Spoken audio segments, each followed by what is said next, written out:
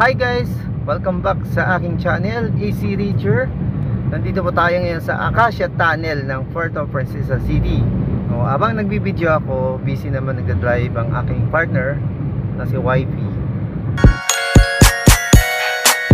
Yan, pangalan niya ay si Wifey. Joke lang. So, ito na po ang ating Acacia Tunnel.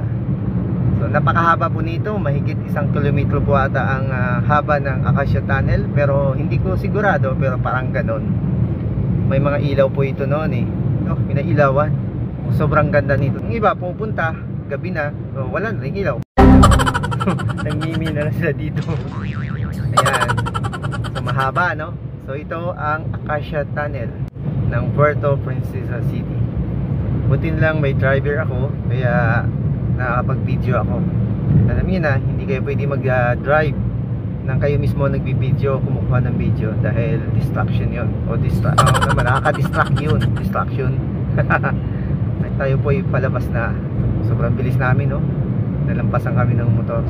So, yun lang po guys, ang share ko sa inyo sa rails na ito, ang Acacia Tunnel ng Puerto Princesa City. So good for selfie dyan, ng mga dabarkads na mga kasama ninyo, mga partner in life.